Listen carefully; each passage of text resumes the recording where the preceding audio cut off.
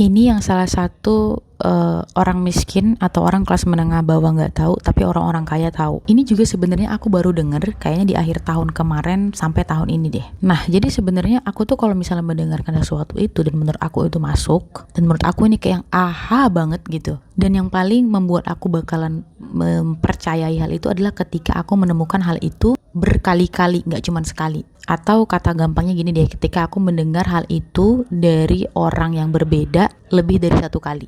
Misalnya contohnya kayak gini, lu tahu nggak sih kalau misalnya sekarang itu mic TNW A37 seperti yang aku pakai ini tuh banyak ini loh, lagi banyak dipakai loh. Nah terus aku lihat lagi nih misalnya di salah satu influencer atau misalnya salah satu content creator dan dia pakai mic ini. Nah itu kan udah dua kali tuh aku udah melihat hal yang sama. Yang pertama pernyataan dan yang kedua aku melihat langsung misalnya influencer A dia pakai mic ini. Misalnya mic TNW A37. Nah dari situ aku percaya tuh. Aku percaya bukan hanya dari kata-kata orang tapi dari apa yang aku lihat atau dari realnya. Kadang-kadang kan kalau misalnya kata-kata orang kan ini bagus nih kayak gini nih, ini begini dan begini, ya bisa jadi itu adalah cara dia untuk menjual. Nah pada dasarnya aku tidak terlalu percaya dengan kata-kata, tapi aku lebih percaya kepada yang realita. Nah itu salah satu contohnya.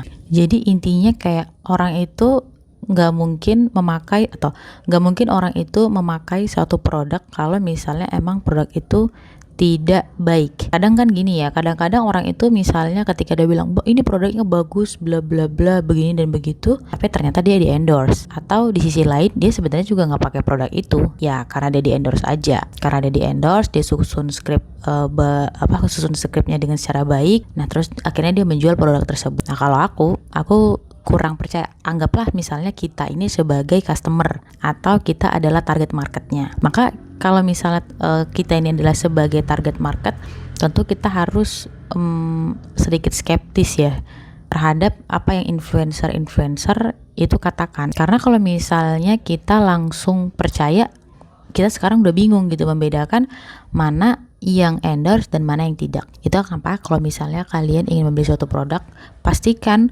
orang tersebut emang pakai produk tersebut. Misalnya contohnya kayak artis mempromosikan skincare A, pastikan dia emang pakai skincare tersebut. Jangan dia menjadi brand ambassador skincare A tapi dia pakainya skincare dia sendiri.